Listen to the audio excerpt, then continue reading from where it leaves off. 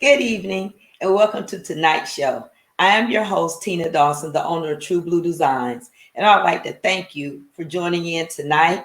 I want to also say thank you to everyone that came out during the month of March to celebrate our 12-year anniversary. We had comedians on every Wednesday, and we got our laugh on. If you missed those episodes, you can view them on our YouTube channel, which is True Blue Designs, or on our Facebook page, which is the same. Just want to say also, please like and share and comment. Please like, share, and comment tonight's interview. We're going to have some surprises at the end of the show. So make sure that you're engaged in the show so you can be considered for one of the surprises. Now it is my honor to interview and to introduce to you tonight's guest. She is the owner operator of the ATL Street Art Tours. Please give a warm welcome to tonight's guest, Ms. Claudia Hart. Hey, Tina. How you doing? I'm doing well. How are you? I am doing good. Thank you so much for all of your support. You have supported the show from day one, and I just want to say thank you. And thank you on your success in launching your business during the pandemic. We are going to talk about that. I am so excited for you. Can you hear me? Can you hear me? Okay, now I can. Now you can hear me? Yep. Okay, I was saying thank you for supporting the show, and I'm so excited for your new business venture. Thank you. Look, thanks for having me. I am so excited, like super excited. Thank you, Tina. You are welcome. Well, let's start off by you telling the audience a little bit about yourself. Mm-hmm. So I am not a native of Atlanta. So I'm originally from Fort Worth, Texas. So born and raised, I've been here in the Atlanta area I really stopped counting after 12 years, but for the show today, I'm gonna say 18. Okay. So I came here for college. So I went to Clark Atlanta. So came in 2002. Took me a little bit of time to graduate. So graduated in 2011. In between times, so I joined the military here in the Atlanta area. So I'm in the Army, and so I joined in 2006, and so I've been in since. I'm still in, currently serving. And so I have a master's degree that I got from Morehead State. So I recently got that this past year, and so I taught in the Atlanta area. So I joined Teach for America in 2014. So I taught at South Atlanta High School for almost 4 years. So 9th, 10th, and 11th grade. No, 9th, 10th, and 12th grade. I never got to teach 11th grade, but so love teaching. Miss my babies. But yeah, so I've been entrenched in this Atlanta culture for a good little minute. So Okay. Well, congratulations on getting your master's. thank you. That took forever too, but hey, it happens. Forever is my middle name, but it happens. Well, sometimes, Claudia, life happens, and it's not sometimes when you finish, it's that you finish. And I'm the same with you. I didn't get my bachelor's degree until 2013, but I had enrolled in West Georgia at 1985 and left in 88, and you see all the way to 2013. And I think it was important for me to show my children, but we were all in school at the same time, and it was important for me to show my children that just because you have some obstacles and you make some bad choices and you get off track, you can always get back on track, right? And still finish. So congratulations to you. That is awesome. Thank you. And it gives you a story to tell. You know what I'm saying? Like, what is life without a story? So yeah. That's true. You can't say other people and really encourage other people in situations that you haven't been through. So that's true. Absolutely. So let's talk a little bit about you being a teacher. Tell us Yeah. about a little bit about that and what were some of the takeaways and, you know, some of the things that you noticed in the school system that, you know, us as parents need to really be alert or home in on. Um, so I really enjoyed my time in the classroom. So that's number one. So I went to Clark Atlanta. You know, when I came to Clark, let me tell you, I was young, dumb, and foolish. I didn't necessarily, I didn't know anything about college. You know, so I actually went for an education program. I always wanted to teach middle school, high school, but they actually got rid of the middle school program before I actually got there, and so I ended up transferring to be a English major. So I Okay. joined Teach for America in 2014 because I was looking for a job, and people were like, "Well, we can't hire you without the certificate," and Right. I couldn't get the certificate without being hired. So I was in a whole situation. So it was just a mess. So I ended up going through Teach for America, and it was a wonderful experience. And when I tell you, I'm so excited to have been to get the opportunity to be a part of Teach for America. It is a great organization, and again, like everything happens for a reason. Right. You know, it wasn't my way; it was just the way that was meant to happen. You know what I'm saying? So I'm just super excited about that. So I got in the classroom probably when I was 28, I think. Mhm. In my very first year of teaching, the school, so South Atlanta, it was three different schools, three different floors, three different schools. Oh, Craziest thing I've seen in my life. Um, so I was on the first floor in the Law and Social Justice School, and that was my best year ever. wow. Like Charlotte Davis was number one. My interview experience with her was amazing. Like I didn't think I was going to get hired anywhere because my interviewing sucks. Like it's terrible. It's so terrible. But she made me feel so comfortable, and when I tell you, I knew that was my place. Like that was my place. And so, I mean, I just really enjoyed being able to talk to the kids and teach them at the same time. Hmm. She never, like, administration never really bothered me because they knew what I was doing. They would see me Right. outside in the hallway with the kids all the time. I Hmm. mean, I just had a really, really good time teaching my very first year. And overall, just the classroom itself, I love the kids. I love the kids. Kids are my tribe. I love young people. That's the bottom line. Um, I love teaching them life lessons, and I mean like some real life lessons. Like I would tell the kids like, you know, where most teachers would be like trying to yell at the kids, getting them to quiet down. I would be like, this is your classroom. Like I'm not yelling at kids. If you're going to let them interrupt your education, that's on you. So I empower the students, you know what I'm saying, to Hmm. ensure that, you know, this is your learning environment. You have to control it. So I just love teaching life lessons. Like if I put a student out of class, I would be like, you find a way or make one.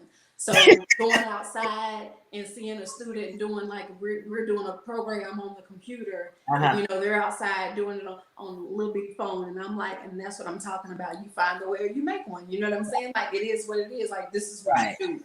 So I really just love teaching lessons. And you know through English, there's so many things that that you encounter when you're reading, and so Mhm. just being able to talk about those things in class, like it was just amazing, amazing experience. For parents, I would say that, I mean, I would just say that just pay attention to your kids, pay attention to, like, you have to know your kids. Like, there's so many kids in the classroom for teachers to be able to just, you know, you have your rock star teachers. I wasn't a rock star teacher, you know what I'm saying? But Mhm. you have teachers who are able to be like, okay, this student needs to be challenged more. This student may need a bit extra. It's so hard for teachers to be able to do that for 25 students. So Right. you Yeah. have to be the one who is, you know, telling the teacher, like, I think my student needs to be, you know, encouraged to, you know, do more rigorous activities, or, you Mhm. know, can you give her, you know, reading that's more along her, you know, level that she's at. Parents Right. need to, you know, step in and do that, because a lot of times like teachers just can't do it. And I know, you know, I don't want to make excuses for teachers, but I mean 25 students, that's a lot. Yeah. Teachers will probably kick my butt when I say this, but I don't necessarily think teachers need to be paid more. I think they need to cut those classrooms in smaller sizes so that we, teachers can be more hands-on. Right. Yeah. Because today teachers have to be therapists, they have to be counselors, they have to be teachers. Sometimes they have to be DFACs. They wear a lot of hats compared to when I was in school years ago. Our teachers didn't have that, so they're faced with a lot of different challenges today that they weren't in the past. Right. And I totally agree with you about the parent involvement. We can't just drop the kids off at home, off at school, and think, okay, it's almost like a babysitting. Right.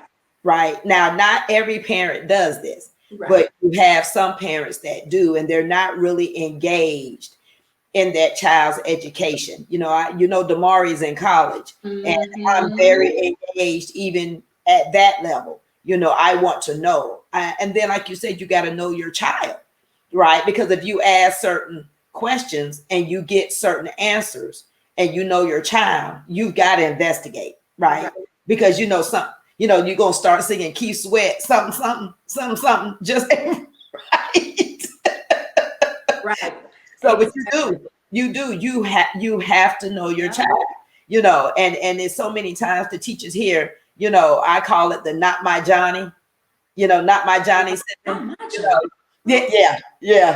Oh no, not my Johnny. My Johnny didn't do that. Yes, your Johnny did. Yep. And what another thing is, some the teachers know the kids better than the parents sometimes. I'm talking about, like, let me tell you, I was taking kids home. Wow. You know what I'm saying? And enjoyed every moment of it. Like, I had tutoring every day. Wasn't tutoring nobody, but kids would just be in my classroom, just hanging out. And that's what I really enjoyed, like bringing the kids home. Like, I really enjoyed that.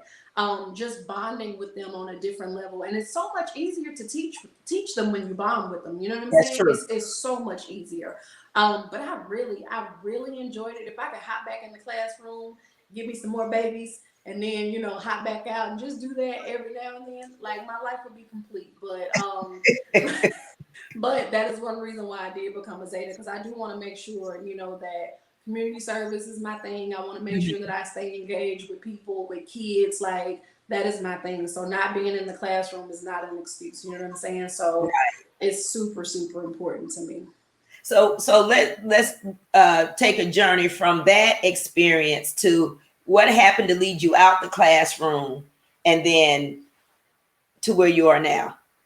So because I was feeling like I had gotten into everything late. So graduating late and everything, I just felt like the military was my bread and butter. Okay. Because I had to keep coming out of the classroom to go to schools, and it just wasn't fair for the kids. Right. They were getting subs, and so I just decided that I was just going to make the military my main thing, and then if I did want to go back into the classroom, I would just keep my certificate up. So like my last 2 years of teaching, I ended up going to court reporting school. And so that took me away from the classroom for a total of like 10 weeks, 7 to 10 weeks. And that was at the end of the year. So during testing and all of that stuff. So I just didn't feel right. You know what I'm saying? Like, it just wasn't right for the kids. And so, so I ended up coming out of the classroom in 2017. I went on orders in the military. And so at that point, I had probably already been in for about 13 years. So I went into the military full time. I was on orders for almost 3 years, and now I'm actually full-time AGR. Okay. So let's talk about your life in the military. Now, one thing I do know about the military, you all use a lot of acronyms. So you're gonna have to bear with me on this one. So let's talk about your position currently in the military. How long, what branch you're in, how long you've been, and then your current position in the military. So I'm in the Army. I have been in for a total of 15 years. Oh, I'm so excited. Years. Wow. 5 more years before I get that 20-year letter. Yes. So been here for 15 years, and the entire time I've been a paralegal. So right now I am a chief paralegal NCO. So I'm Mhm. at division level, and so that just means that it's one of the highest levels before you get to the Army Reserve Headquarters commands. Oh, Um, so yeah, so that's here at Fort Gillum. wow. And so as the chief paralegal NCO, basically I have soldiers of my own who are at headquarters with me, and then I have about 9 to 15 other soldiers who fall under me in our down trace units. And so basically I'm responsible for their care and feeding. So all of the paralegal tasks and skills that they need to know, I am responsible for teaching them that stuff. So it is quite busy in our office. I actually do get to do paralegal work. There's a lot of soldiers in the reserves who don't get to, Okay. but I see legal actions every day, all day.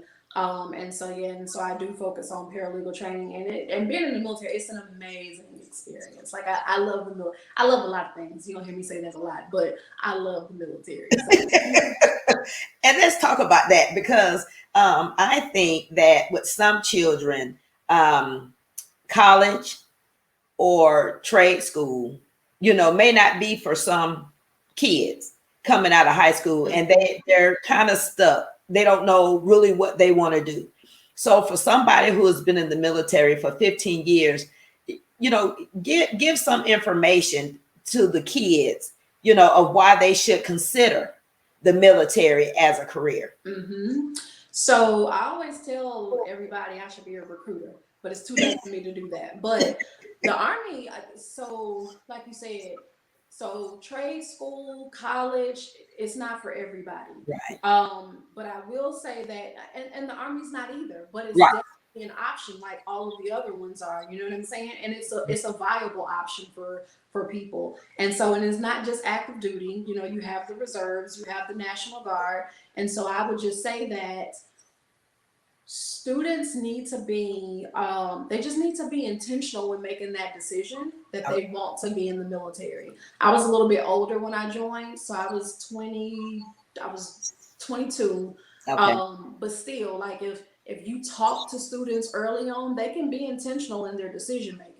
And Hmm. so basically, you just have to know, number one, why do you want to join? Okay. And I know typically for most people it's for money. For me, it was money for college. Like it's the thing, you know what I'm saying? But so some people will, like, they'll join let's say they'll join the National Guard, but the Hmm. National Guard doesn't have the job that they want. So then it's like, so you didn't do your research, you know what I'm saying? So do your research, know what branch you want to join, know what's going to fit you. The same way that everybody's not made for a big college is the Right. same way that, the Army may not be for you. You may need to be in the Navy or whatever branch fits you. Hmm. So that, and then like job is important. Like when I tell you, I literally went through the list, and I'm not gonna lie to you, I was like, nope, dangerous, nope. Like I did, and I think they thought that I was crazy, but I'm like absolutely not. I know that I'm a soldier first, but Right. I also need to,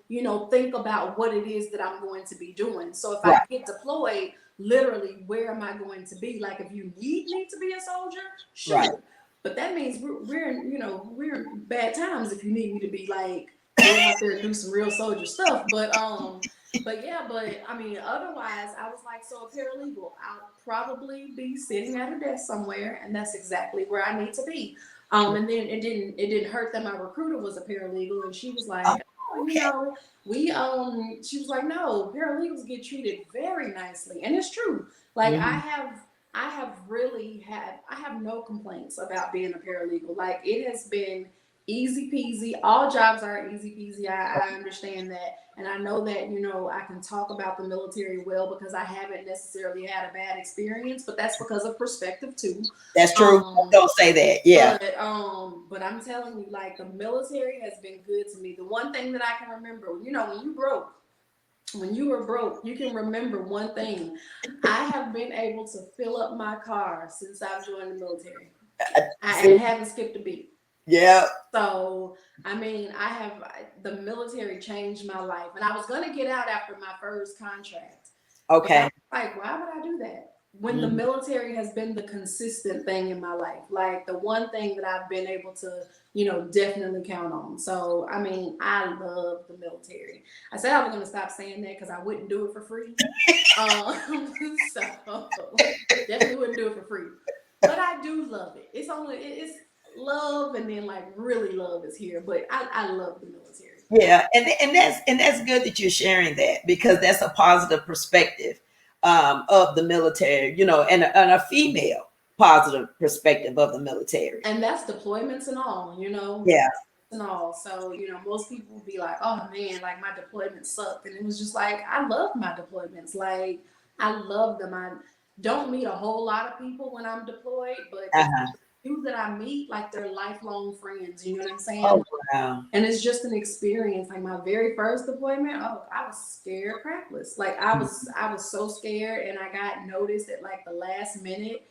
I did not know what was going to happen, but you know, it was my military battle buddies that made it. They Yeah. made it bearable, and again, perspective. You know what I'm saying? Like you can ask me, "Did you hear mortar rounds?" And I'd be like, "I don't know." And then you could ask somebody who was over there with me, and they would be like, "Yeah, girl, like we got mortared." And I'd be like, "I don't remember." I'm just saying, I don't remember anything. All I remember is like the good stuff. I just remember the good stuff. I remember like all of bunk beds. Like I love tight spots because of the military. Like I love cozy spots. I love Uh, beds. I love put me in a cubicle and I'll be happy all day. I love it. yeah, and what helps is that one thing I do know about you is that, and I really love about you is that you've always had it, just from the time I met you to today. You've always had the glass is half full mentality. That's always been your perspective. And I really enjoy that about you. And you're right. Mm-hmm. Anything that you go through or go into, it's all about your perspective. And depending on what the position is in the military, it could be stressful. You Right. know, For and, sure. but even with that, I know quite a few people in the military. My son is stationed in Fort Hood, and even with him, there's good days and bad days.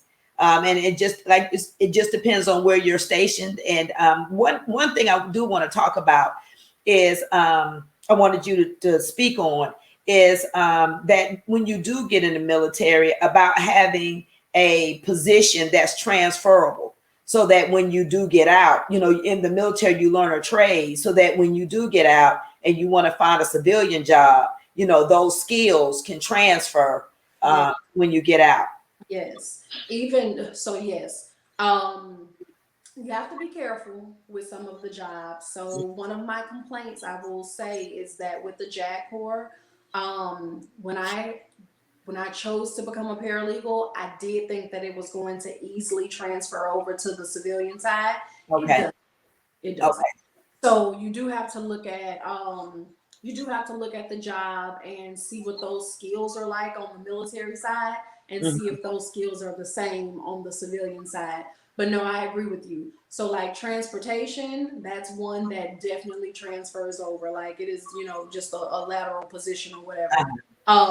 But no, it's super, super important to get a job, I feel, that, will easily transfer over into the civilian side. And even when you get in, like right now, what I'm telling my soldiers is that the military pays for you to go to school. That's right. So even when you're in, on the reserve side, after you hit E6 and you're in your second contract, it Mhm. is a little bit more difficult for them to send you to school. Typically, they won't. But if you can get a second MOS, Mhm. do it. You know what I'm saying? Like Mhm. you can build your resume. I'm talking about really build it, beef it up when you're in the military. Oh Right wow. now they have I just found out that they have it where, so you know how normally you get TA every year, like $4,500. Mhm. You get that same amount for certifications every single year. So you can get as many certifications as you want. And I mean, like, so right now, my chief, she's getting ready to start working on her human resource management certifications. Like, so she's just going to have a ton of certifications that she's going to be able to take to the civilian side when she retires and say, hey, I have all of these certs. So, I mean, it is, when I tell you it is beneficial, you can make the military work for you. I don't care what anybody, Right. you can make it work for you. If you want to, if you want it to, you can make it work for you. And also some of the classes that you actually take, some of Yeah. those classes can go towards So you it getting transfers. a 4-year degree. Yep. Mhm. They absolutely can. And most of the military branches are getting to the point where, so the Army for sure, they're getting to where they're pushing more education. And so Mhm. they're trying to create their AIT programs to where you're going to end up getting like an associate's degree by the time you're done with AIT. Then when you go to your next PME, so right now there are some, and there are some branches, by the time you're done with all of your schooling for the military, you'll have a bachelor's. So Wow. by the time you get out, like you don't have to worry about going to school at that point. You already have your bachelor's degree. Wow. So the military, they're making it work. Like they are Yeah. making it work. And then hey, join the military and be a change agent. You know what I'm saying? Yes. Like, I Mhm. mean, that's what we need. So be at the table making decisions. Like that Right. is what we need. Yeah, yeah, yeah, exactly. And you got to get a seat at the table. I think it was one of the interviews we did. We were saying in order for you to affect change, you have to get a seat at the table, right? And a lot of Absolutely. people don't understand that you know, you once you've arrived at the table, then you can be heard. Mm-hmm. So you've got to do things correctly to get at the table. So that's the key. The key is to get at the table so that your voice can be heard. Right. Absolutely. So 2020 was a pandemic year, and everybody was touched by it, right? Everybody was affected by it in one way or the other. But you chose to um, create a business during the pandemic. So let's Yeah. talk about that. Take us on the journey to how you decided that, and tell us about your new company. So in February 2020, yep, so February 2020, I was in Nashville. So so this is after, Chris and I split and everything. So in Nashville, just trying to, get my little living on or whatever. And so me and my friend, I scheduled us to go on a mural tour in Nashville. Uh-huh. And so we went on it. When we got there, the lady, Mary, so very nice lady, Mhm. she was like, hey, where are y'all from? And I was like, we're from the Atlanta area. She was like, oh, I'm trying to get my friend to start a mural business in the Atlanta area because they have so many murals. And I was like, seems like it would be a good idea. Like, why don't you want to do it? So she was like, oh, she doesn't have to work or something like that. And I was like, don't worry about it. Good idea. I think I might do that. So I didn't really think of it, but it did stay in my mind. And so I just kept thinking, I just kept thinking about it. And when I went on the tour, I mean, like, she did an amazing job. An amazing job. The way she set it up. Now hers is it's a driving tour. Okay. So she drives, and then you get to get off on the bus or the van, and get to go around and look at the murals. And so she set it up like it's phenomenal. Her timing, everything was on point. I was so impressed. Okay. And so then on top of that, she was a 12-year teacher, so she left the classroom. Oh. She started her business. And so I was like, okay. And so she was telling me about somebody else who had actually did the same thing. And so when she told me about it, and after going on the tour, I was just so infatuated with the idea. So I came back and I just started Googling, and I'm just like, okay, who already has a tour? Like, is this something that would even make any sense? And so when I was thinking about her business, like, of course, like, when you see a business and you want to model yourself after it, I mean, Hmm. you just can't take directly from it. Like, it Right. still has to Yeah, be your own thing. that's And true. so anybody who knows me knows that, like, I am a woman of the world. Like, I'm a woman for the world. You know what I'm saying? Like, the world has my heart. So if it's not about helping people in some type of way, then I'm not doing it. Okay. So that's my number one. So if I can't find a business where it is going to ultimately either help, the profit that I get, I'm going to push it back into the community, and then it's going to come to me, whatever it is, like it has to be where I'm going to help people. So once I came up with an idea for how I could make that work, then Mm-hmm. I was like, oh, this might be a thing. And so I actually called Mary, and I was like, hey, I'm thinking about moving forward with this business. Would you mind consulting? And so she had no problem. So she just let me ask her 50 million questions. And so so I was actually supposed to be deploying. And so Oh, I was like, you know what? I'm gonna hold off on it, and I'll launch it when I come back.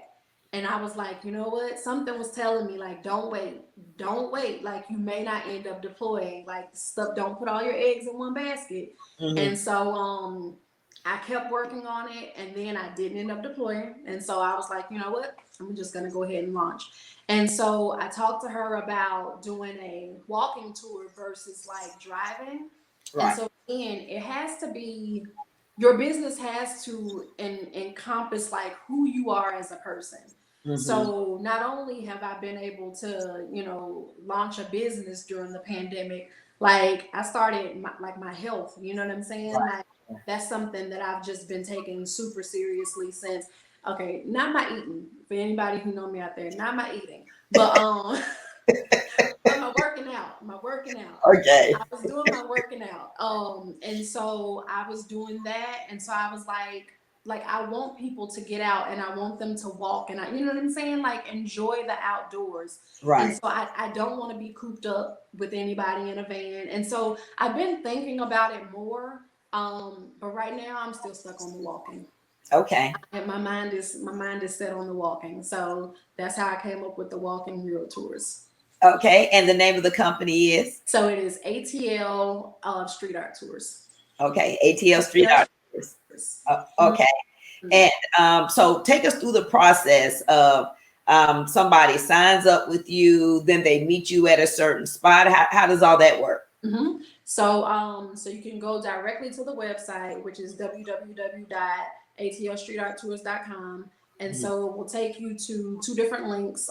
So there's two different tours right now. So it's the Pittsburgh tour, and then it's the downtown tour. Both of them. So once you click on it, it gives you like a synopsis of what the tour is going to be about, some of the artists that you're going to see on it. Mhm. And then from there, once you click on it, it has you sign the waiver. You gotta sign that waiver.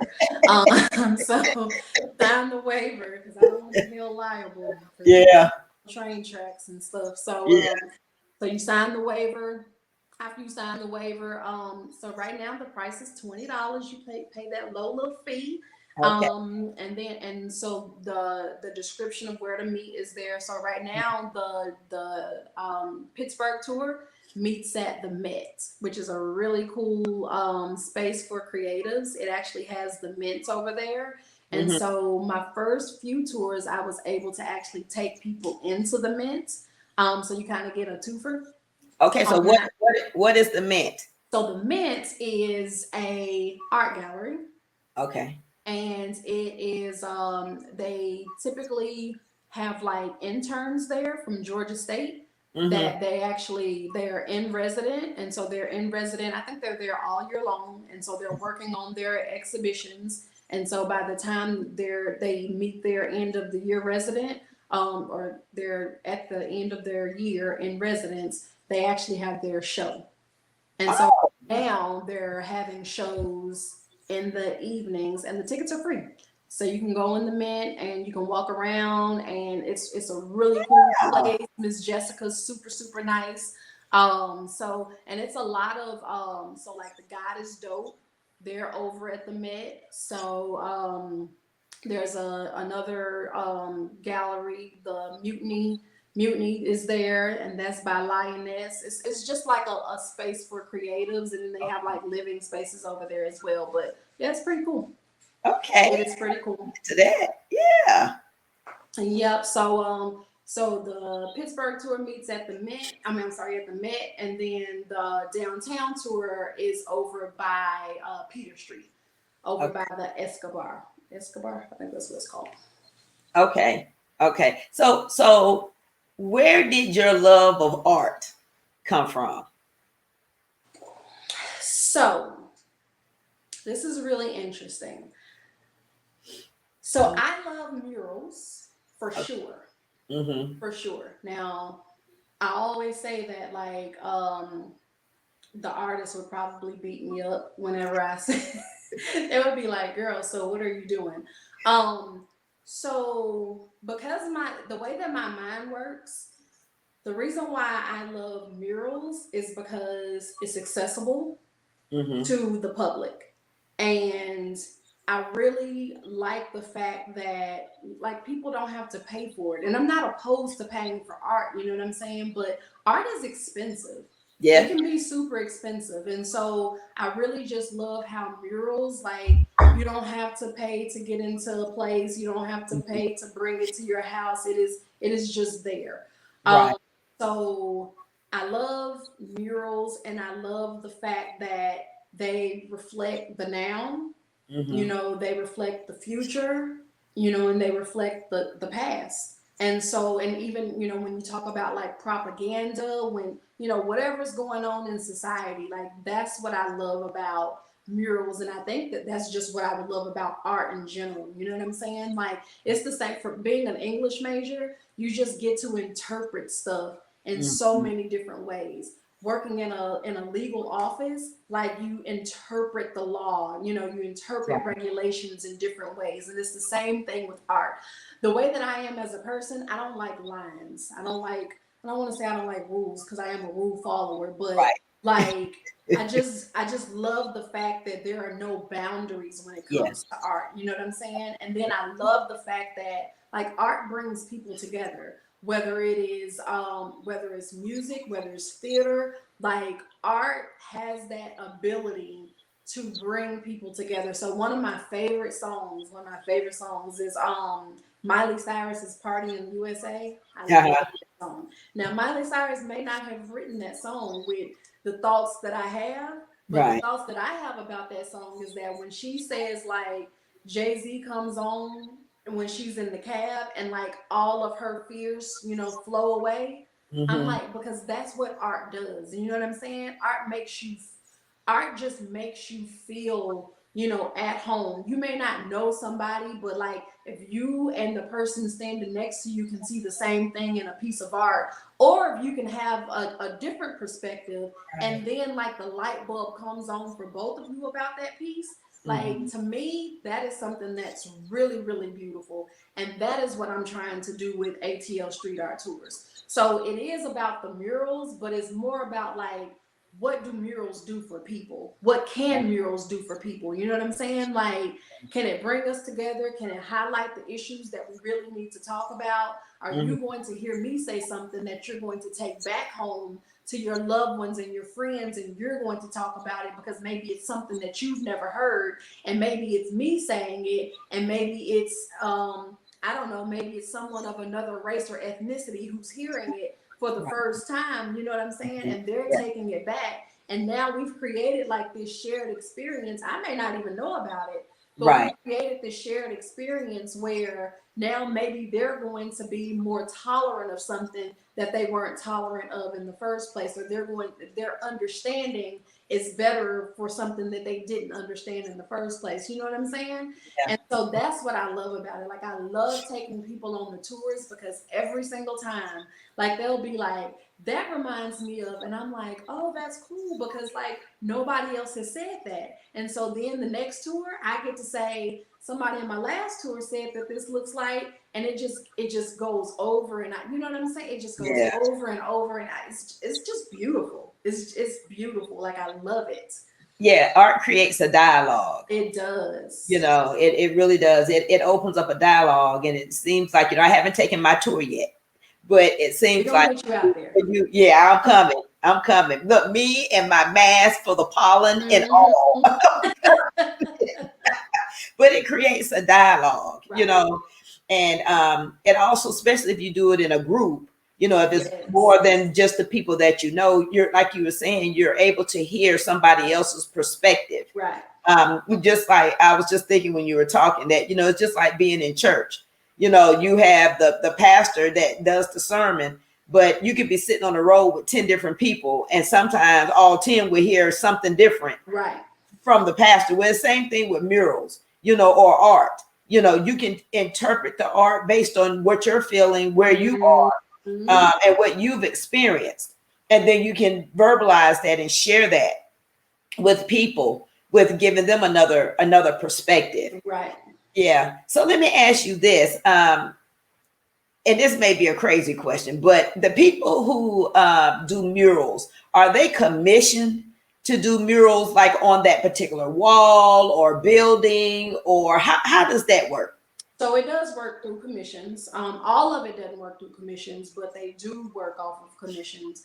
So like for example, like right now, Marta, they are commissioning a lot of artists to do murals on the train stations at the train station. Really? So it's getting cool too. So I follow like a lot of artists on Instagram, and Okay. so you can see where they're doing all of the work. So somebody named Jonesy, I think Jonesy Art. So she just did like a lot of these cubes in front of one of the train stations downtown. They have so downtown by 5 points. Mm-hmm. By 5 points, they have a mural that goes across the train station or whatever. So yeah, so they're commissioning murals. So the Met they have mural. I mean, I'm sorry, the Met they have murals. They commission those. So they are commissioning murals like all over the place. Edgewood, like what's his name? Killer Mike. Mm-hmm. He just commissioned a mural. So Ti commissioned a mural. Like people are commissioning murals like crazy. Like murals are gonna be hot. They're already hot, but when I tell you like nationwide, they're gonna be Yeah. hot. And not only nationwide, but like I was saying on my Instagram not too long ago that normally I don't like visiting places unless it has a beach. But now I have like a newfound thing. Like Yeah, it's you do. murals. It's like, man, I can go anywhere. I can go anywhere and they have them. So I follow a young lady from Russia. So she does tours in Russia, and it's just like, man, you can go anywhere and you can see murals. So a lot of people are commissioning murals, and I'm like, man, could you imagine a place where? Because I'm like, there's so many buildings that just look Yeah. like nothing, like they look Right. like nothing. And Mhm. when I tell you, when you see a mural, even if it's subconsciously, it does something to your spirit. You know what I'm Yeah. saying? Like it does something. So I'm like, why not just paint the city? Paint the city. And if people start commissioning more artists, there won't be no starving artists anymore. That whole little thing is gonna Yeah. go. There won't be a thing anymore. So, and maybe then people can afford like pieces. They won't have to be so high with their, Right. what they charge if people did commission murals more. So maybe that'll be a thing. So when you say commission a mural, when you say, let's for example, you said Ti commissioned a mural, are you saying that he bought a building and then he searches for a artist to actually paint the mural? Is that what you mean by commission a? Okay. So yeah, so he either bought or rented a building, and then they pay somebody to come and paint on it. Okay. Yep. Okay. That is interesting. It's like super cool. It Yeah, is because super cool. the opposite of that is vandalism. Right. So that's why I was always wondering, because you see some beautiful art and I'm like, okay, is did they get permission to put this up here or did they not? Um, but it's so cool because the so when I went on the tour in Nashville, Mhm. those residents out there, they are disrespectful. Like, whew, some of their murals that were commissioned, they tagged all over those murals. Oh wow.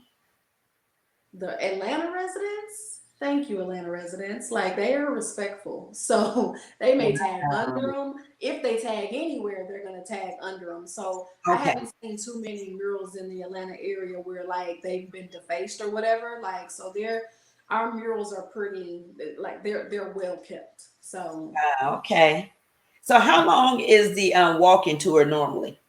so the tour itself, so distance wise, it's about 3 miles, so 2.5 to 3 miles, more on That's the pretty 3 mile side. good. We're on the 3 mile side. And then as far as time is concerned, it normally takes about 2.5 hours. Okay, so around 2.5 hours. Mm-hmm. So that really, like you said, it kills two birds with one stone, because you're promoting healthy lifestyle, getting people walking and exercising, right? And then while they're doing that, they're able to see the beautiful sights of Mm-hmm. Atlanta. Yeah, absolutely, absolutely. So eventually, if I can expand the way that I want to do a running tour on the Beltline. So Okay, we'll see about that. a running tour. A running tour. Okay, Yeah. I'm gonna start the. I'm going to walking one first. Okay, so let's talk about groups.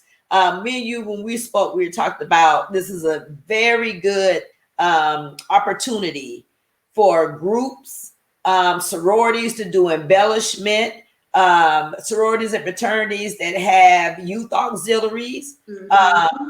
to have something for them to do to get them into the culture of art and things of that nature. Yeah. Let's talk about groups. Let's talk about group tours.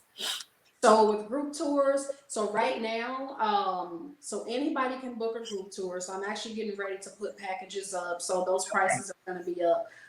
So right now, so for groups, typically it's about, so with COVID, I'm still going to do like a max of around 15. Right. Because I do want to, I don't want, Keisha Lance Bottoms to get on me. So we don't want to make Mayor Bottoms mad. So No. yeah, so groups max 15, but like you said, so for sure, sororities, so if you're looking for sisterhood outings, like definitely that's something you want to do. And again, with COVID, like it's outside. It is outside and I wear a mask and everybody else has masks on. And then I have these cool little headsets that, you get so that you can hear me so we can really do the social distance. Oh, okay. So, but yeah, so and then what I'm really doing too is because youth love the youth, so Yes. I am actually um so catering to the I'm sorry, to nonprofits. Yeah. So girl nonprofits, so girl youth nonprofits, and then of course, so the auxiliaries for the sororities, and then fraternities. So that too. And then what I'm also going to do is I'm going to do specials for Mother's Day, Okay. Father's Day. So if you want to do, daddy, daughter days and stuff, so I'm gonna do stuff like that. So Okay. all of that is actually going to get ready to be put up on the page in the next coming weeks. So Yeah. yeah. Because I know Mother's Day and Father's Day. Yeah, they're both coming up. I had Mhm. to think about it myself. Yep. And so I already have a tour booked for so 3D Inc. So they're actually going to do a mommy daughter day. Oh, So we're going to do a tour and they're going to take pictures and stuff. So that should be pretty cool. And I'm going to actually see if I can get them into the mint. So okay. that's pretty cool. So yeah. So definitely going to definitely like trying to cater to all kinds of groups for Yeah, sure. yeah. And the one thing I was thinking about too is daycare centers. You know, Mhm. they're always during the summertime trying to look for field trips. Yes, You know, summer places to camps. take them. Yeah, take Hmm. the kids. Yeah. You know, it's so funny that I've been here since the third grade, so I might as well say I'm from Atlanta, and you haven't been here as long as I have.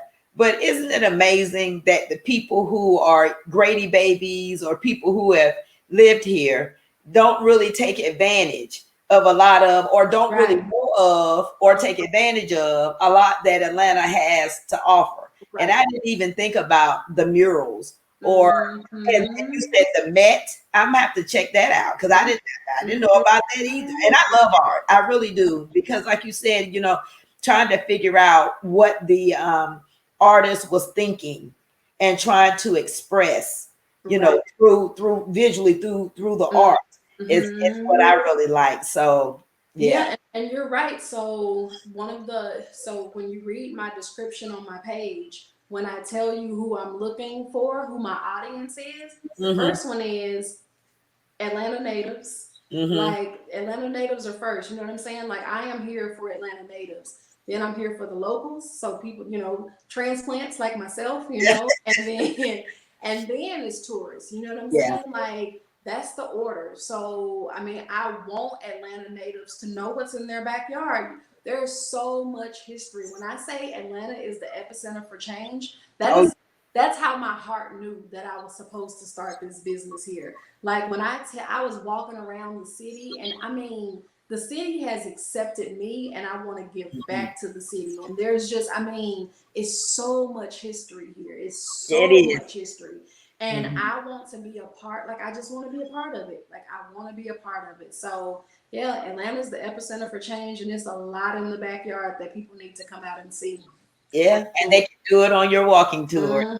Absolutely. Well, we're going to see if there's any questions. If you have a question for Claudia, put your questions in the comments. We want to make sure that we suggest that you like and share. Again, we're also broadcasting live on YouTube on our YouTube channel.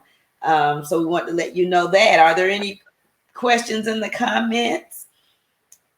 And also, if you're on live, put in the comments where you're viewing from. Let us know the city and state Yes, let you're us from. know. Because I know it's not just Atlantans viewing our show. we get broad viewership. So yeah, put in the comments where you're viewing from. So Claudia, while we're waiting on the comments to come in, let's talk about some of your short and long-term goals for your company. So right now, still working on marketing. So Mhm. that's number one. Still working on marketing. I will say that the walking mural tours. So that's just the beginning. So that's just the beginning. So eventually, I want to for sure partner with schools. Mhm.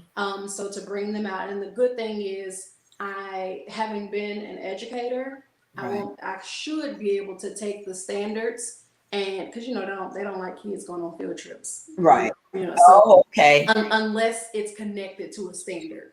Okay. So I should be able to take those standards and somehow connect it, and so then be able to partner with schools. Um, the other thing that I want to do is I want to do diversity training with the murals. Oh, That's really what I want to do. So I want to go to big companies and get them to do, when they are bringing people in to their mhm. companies, it's just like at this time, where we are as a society, like we need to be addressing unconscious biases, and you know what I'm saying? And so I feel like that can be done through the dialogue, when we're going out looking at murals and stuff. So honestly, I want to do diversity training, and that's the big thing that I want to do with it. And so as soon as that happens, these walking mural tours are going to be free to the public. All So, so that's going to be the goal. So the companies, they'll pay the big bucks, and then the public will get things for free. So okay. ultimately, that is the goal. That sounds great. That is the goal. Yeah, and I think I know when my daughter was in FCCLA in high school, they took a lot of field trips, and like you said, it had to be connected to a standard, Mm-hmm. one of the learning standards. So Yeah. that may be another avenue to get people out. But I think what you're doing is awesome. Thank you. I just wanted to interview you because I think it's information that people needed to know. We're always trying to get out now because of COVID. We're trying Right. to find different things to do to get outside, that we can do with families. And I think this is an awesome option for people. For sure. Tina, I can't thank you enough. Like, I'm so excited. Look, I think I spoke better than what I thought I was going to. Told you were going to do fine. I was going to ask the producer, did we have any questions, any comments? No. Okay. Well, earlier you spoke that you're a member of Zeta Phi Beta Sorority Incorporated. So let's Yeah. talk a little bit about that. What encouraged you to become a Zeta? I was gonna say what enticed you, but what encouraged you? What encouraged you, or what drew you to become a member of the sorority? So my very first deployment, so that was in 2008, 2009.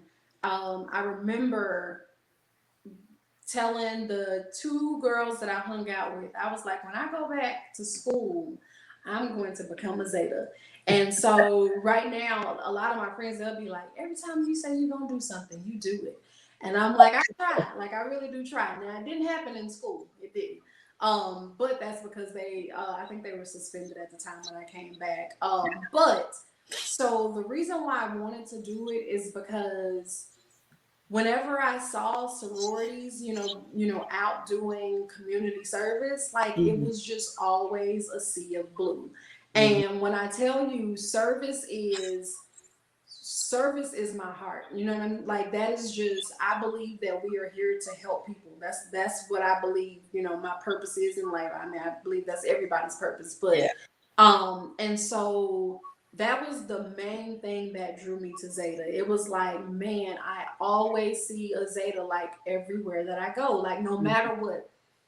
And so that was just super important to me to be with an organization that is just always out helping people. And again, I know I don't do it, with the best of hearts all the time, but I'm like, but if Zeta's going to provide me the opportunity, let me get Right. myself out there and do it. You know what I'm saying? Right.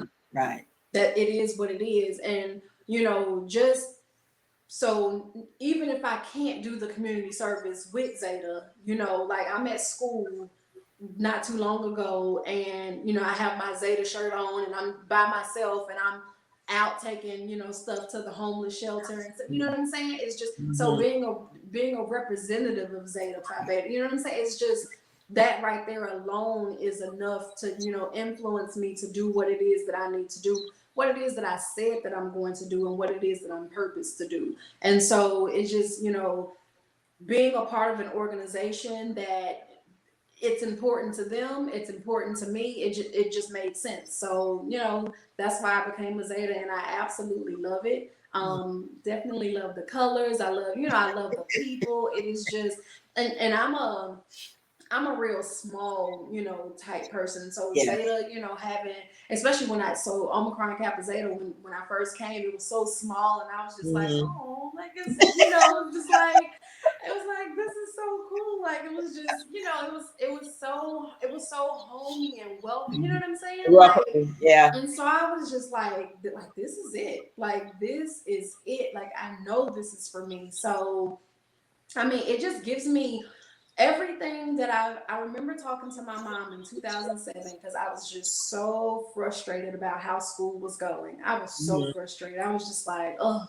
And I remember her, telling me like, well, maybe it's just not meant for you to graduate. Maybe, you were just supposed to go to college. And then I did realize that as I was working at Taco Bell at the time, and I think I was a security guard. And I was like, you know what? I could keep doing this. Like I could, and I could still help people. Like I could. But then I was like, but the more that I add to myself, that gives me a bigger platform to help more people. And so from there, it was like, okay, cool. So if I can get this degree, that'll get me into the classroom and I can affect lives that way. It just won't be people that I come in contact with at Taco Bell.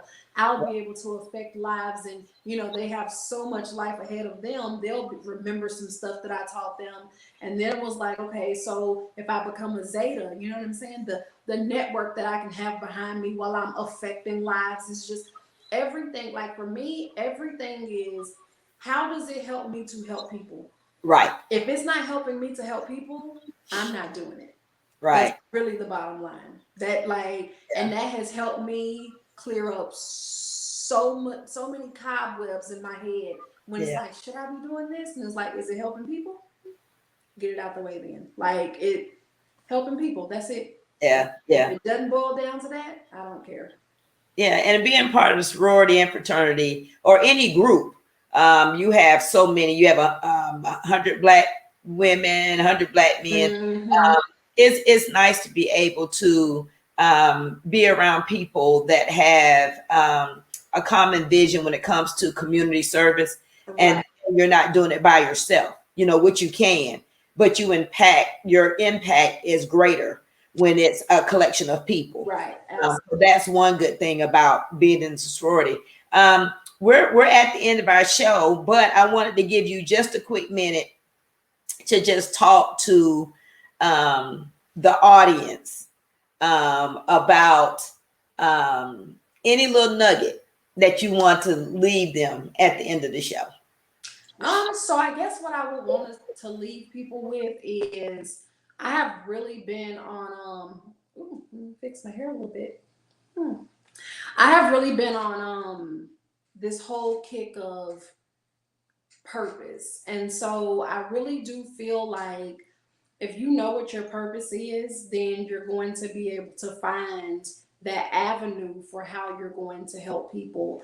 And so, you know, when you realize that your purpose is helping people, like let's say if it's music, then you're going to be like, okay, so I want to make music to help people, and your music is going to be more meaningful than it's ever been. No matter what it is, like just remember that at the end of the day, it is all about helping people. When you're starting businesses, I mean, I know everybody's trying to secure the bag, everybody's chasing the bag, but if you're not chasing that purpose, then I mean, honestly, I don't think that, you know, you're starting the business for the right reason. It is just, how are you helping people? And if you are helping people, everything else will follow. And that is what I have. But that was awesome. Well, I just want to say, now you stay on, Claudia. Don't disconnect. But I just want to thank everyone for joining in to tonight's interview with Claudia Hart. She is the owner and operator of ATL Street Art Tours here in Atlanta. And I am so proud of you. Thank you. And, you know, I'm only a phone call away if you need anything. Now, what we're going to do right quick, and I know we're a little bit over the time, but what we're going to do is Claudia has agreed to the prize for tonight are going to be some free tours. So we're going to do up to probably 4. And so, okay, we're going to do 5. So make sure that you like and share and comment, like, share, comment, say something. And then we're going to choose winners after the show. And she's going to give away 5 walking tours. So hopefully it's you. We thank you so much for joining us tonight. We will see you next Wednesday, same time, same place. Good night.